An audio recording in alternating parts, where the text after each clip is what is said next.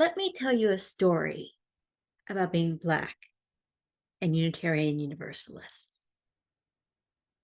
You know, there are so many stories that I can tell you about being Black and Unitarian Universalist. I will just share this one. At a district retreat, where churches from all over the Pacific Southwest service area region gathered, I was the only Black person attending, except for the woman presenting on diversity, equity, and inclusion.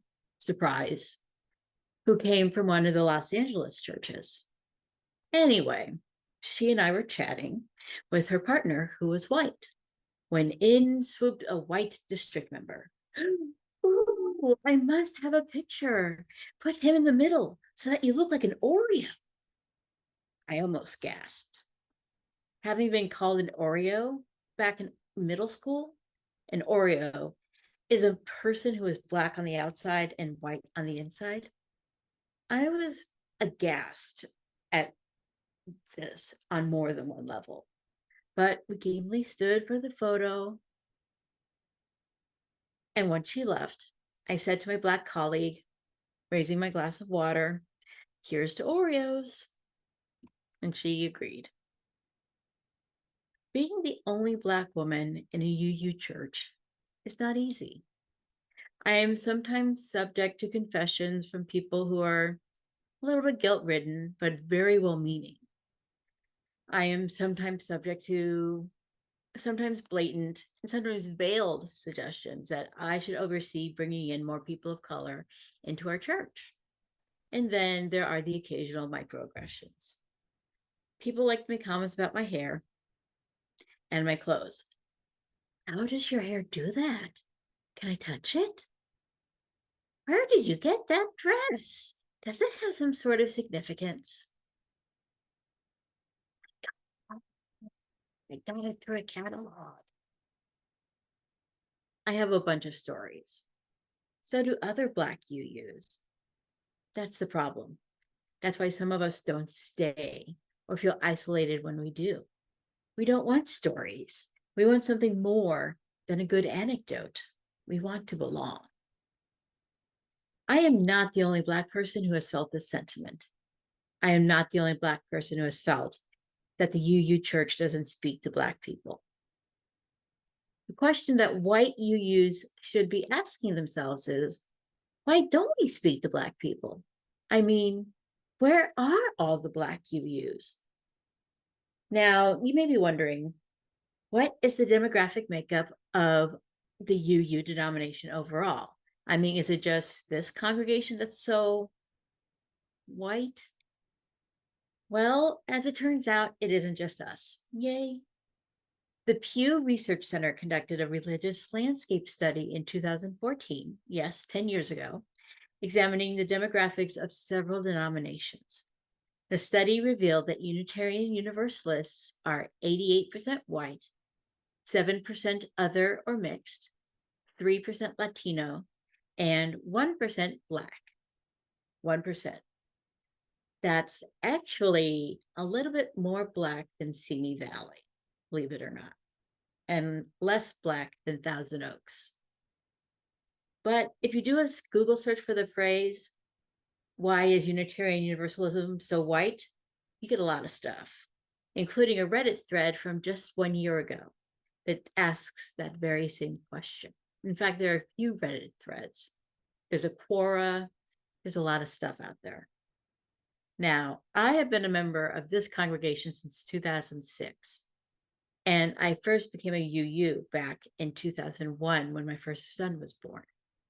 I am a worship associate here, a member of the Board of Trustees, and an occasional volunteer with the religious education program, or as we like to call it, lifespan.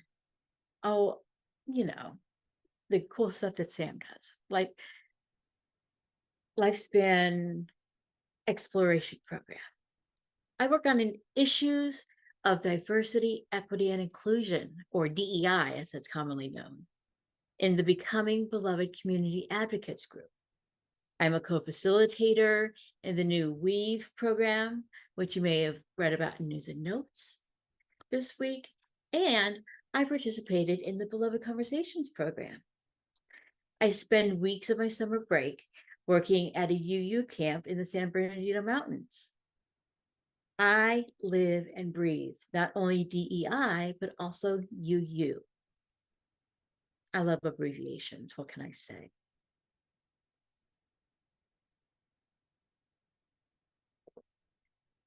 Now, when I tell them a story, my non-UU friends will say, Ayanna, why are you still a UU? Why are you still at the church? Why do you stay? Oddly enough, I presented a paper on this very topic in the fall of 2003 at the Midwest Popular Culture Association. It explored what it was meant to be a Black Unitarian Universalist using qualitative, quantitative, oral, and documentary information. In addition, it took a look at the organization Black Lives of Unitarian Universalism, or BLUE, and examined the role of white supremacist culture in the structures of the denomination. First, let's talk about the environment that UU inhabit.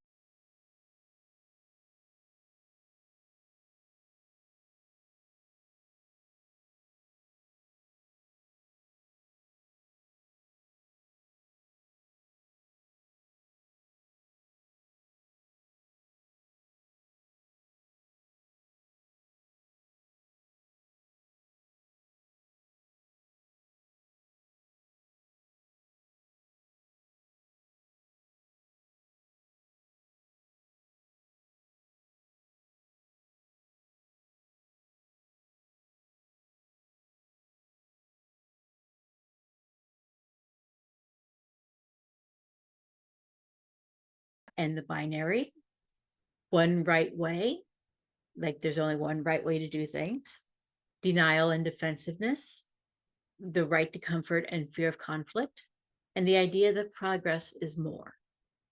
Another topic I discussed was the definition of racism, the newer definition of racism as it's evolved over the years. Now, as we currently define racism, it is a form of oppression based on race.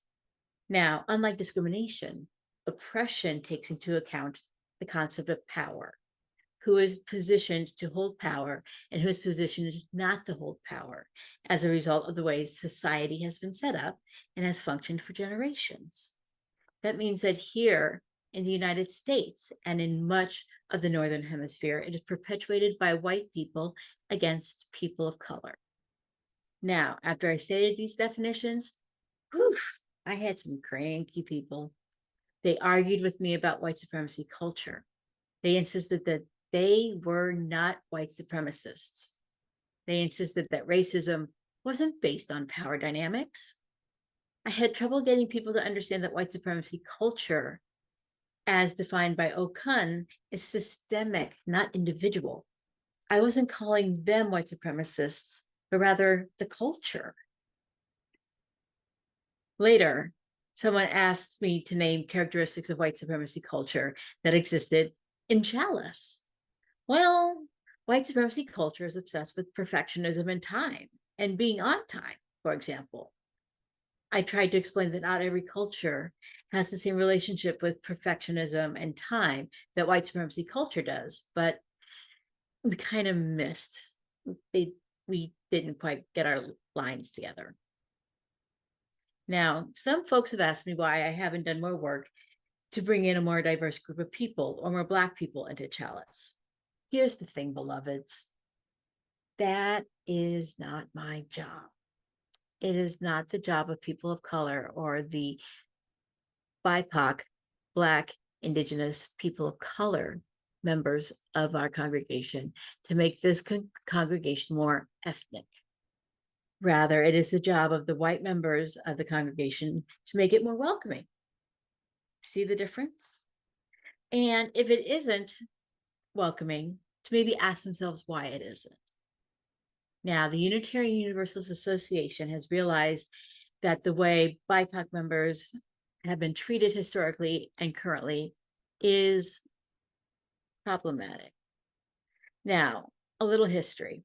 After the resignation of the UUA president, Reverend Peter Morales, in 2017, due to, quote, a racially divisive hiring controversy that promoted white supremacy, according to the magazine UU World, there was a gathering of UU leaders of color who were asked to share their ideas for how the organization could move forward. The BIPOC people gathered shared that there were several problems with the UUA. Among these were the following problems: addressing the perennial problem of race in Unitarian Universalism is not broadly seen as a theological mandate. No shared accountability structures and processes are in place to hold people accountable for the continued harming of Black people, Indigenous people, and people of color among us. We lack a consistent analysis of how power works among us and how that power is centered around white, cisgender, heterosexual, and temporarily able-bodied people with means. These problems were printed in the publication Widening the Circle of Concern, which is the report of the UUA Commission on Institutional Change, published in 2020. It looks at the problems of structural and systemic racism and white supremacy culture within our religion and makes recommendations for change. Now, the report goes on to say that there are certain harmful issues at play amongst the Unitarian Universalist religion.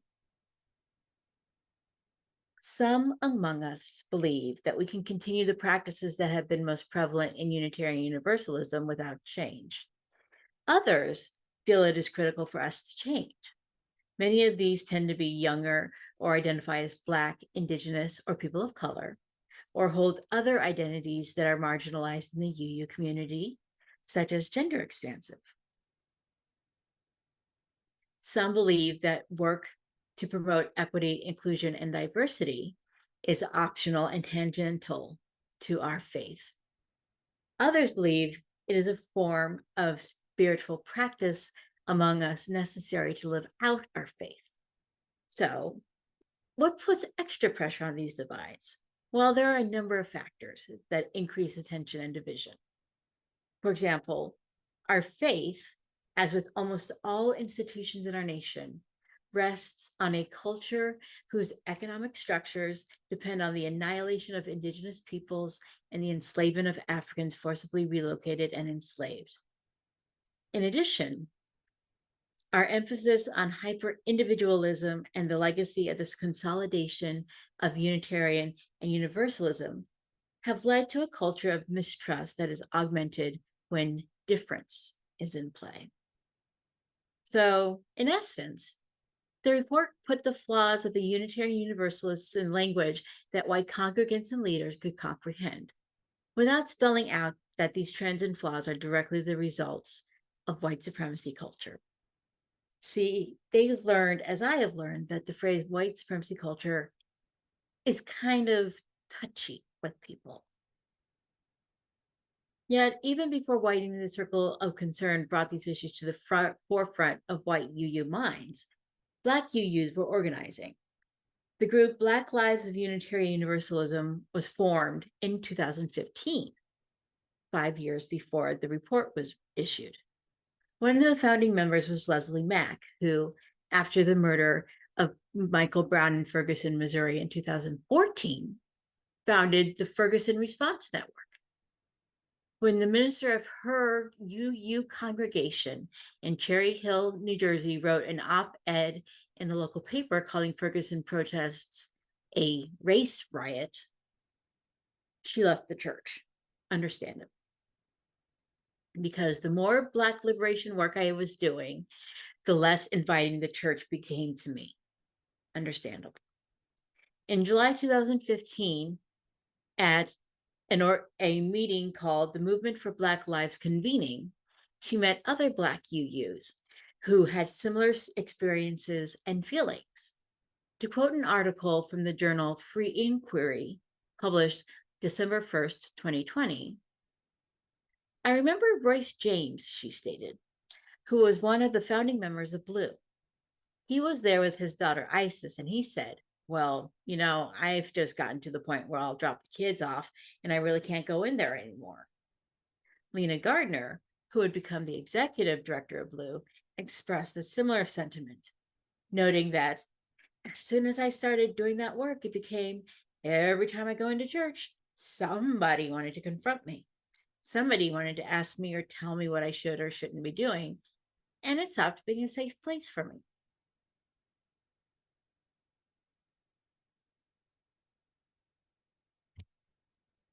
Lena Gardner had similar experiences at her church in Minneapolis, and this drove her to take a leading role in Blue. Her work with the Black Lives Matter Minneapolis chapter in 2014 was revelatory. That experience tore up my soul a little bit because, I would go to church and, these white people would say the most ridiculous things. And I was like, man, I don't think I can do this anymore. They have these political analyses that are void of an understanding of structural and systemic oppression.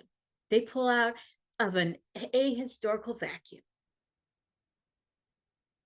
The movement for Black Lives convening in Cleveland brought forth a question that remains pertinent to Blue, according to Gardner. How can we make a home that is unapologetically Black and makes room for a diversity of Black experiences and perspectives and viewpoints, and is also theologically UU? This question spawned the development of Blue in August 2015. Quote, we started it by putting our UU principles through the lens of Blackness. That means our first principle was Black Lives Matter, end quote. In the publication Blue Notes, an anthology of love, justice, and liberation, the 7 principles of Black lives are laid out, echoing the 7 principles that UU congregations affirm and promote as an important part of the religion. While the first of the 7 principles of Unitarian Universalism affirm the inherent dignity and worth of every person, it does not necessarily go out of its way to confront the fact that this statement was developed in a society reeking of white supremacy, and that white supremacy is still inherent in our society, and that this is vastly different from principle 1 of the 7 principles of Black lives. The first principle of the 7 principles of Black lives states, all Black lives matter. Queer Black lives, trans Black lives, formerly incarcerated Black lives, differently abled Black lives, women's Black lives, immigrant Black lives, Black elderly and children's lives. All Black lives matter and are creators of this space. We throw no one under the bus. We rise together. The movement for Black lives calls on the Unitarian Universalist faith, a faith willing to make the bold proclamation that each person inherently matters, to live up to that claim by working toward a future in which Black lives are truly valued by our society. We call on UUs to actively resist notions that Black lives only matter if conformed to white middle-class norms, and to challenge assumptions of worth centered around clothing, diction, education, or other status.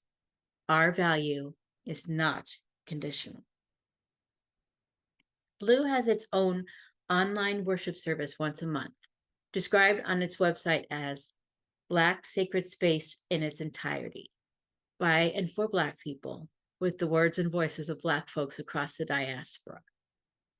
It is for people of faith and no faith, as they describe it. So, given all this, given all of these issues, let's come back to our central question. Why am I still a UU? I'll tell you why I'm still a UU. Because I have friends here. People who offer to help me out with my constant moving, to listen when I need to talk,